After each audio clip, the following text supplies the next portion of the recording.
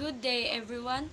For today's video, I will going to make video reporting about cultural relativism.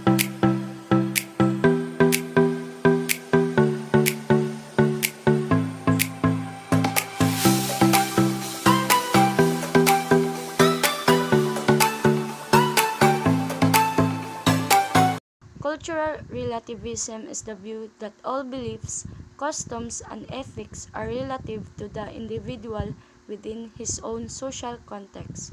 In other words, right and wrong are culture specific.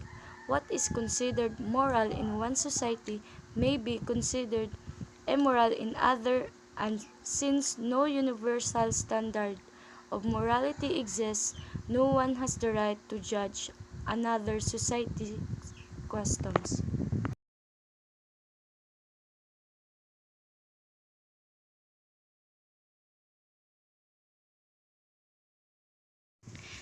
This is based on the idea that there is no ultimate standard of good or evil, so every judgment about the right and wrong is product of society. Therefore, any opinion of morality or ethics is subject to the cultural perspective of each person. Ultimately, this means that no moral or ethical system that can be considered the best or worst, and no particular moral or ethical position can actually be considered right or wrong. Cultural relativism versus cultural perspective. However, what the cultural relativist fails to see the difference between cultural perspective and cultural relativism. Any perspective is a standpoint or viewpoint of something. For instance, there are as many perspectives of a building, a house as there are standpoints. You try to appreciate the design of a house, considering its various perspectives, but you never judge the design based on only one perspective. Trying to understand one's culture, having a perspective on one's culture is needed to understand people, but it doesn't not follow that morality must be based only on said culture.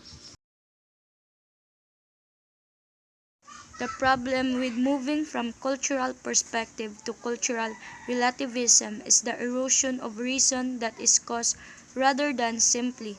We need to understand the morals of other cultures. It says we cannot judge the morals of other culture regardless for the reason for their actions. There is no longer any perspective, and it becomes literally impossible to argue that anything a culture does it right or wrong.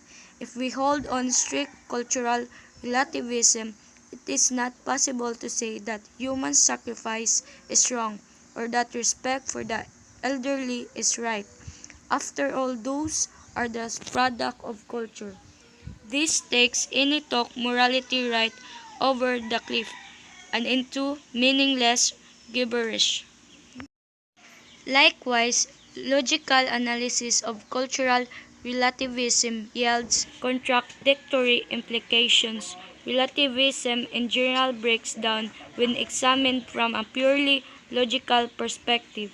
The basic premise is that truth is relative. If every truth statement is valid, then the statement some truth are absolute must be valid. The statement there are no absolute truths is accurate according to relativism, but is not absolute truth itself. This contradicts the very concept of relativism, meaning that absolute relativism is self-contradictory and impossible. Seeing from another person's perspective helps you to understand things in a different light and opens up the path for a whole lot more of understanding and tolerance. Sometimes things appear to be big, but in the big picture, it is actually something small.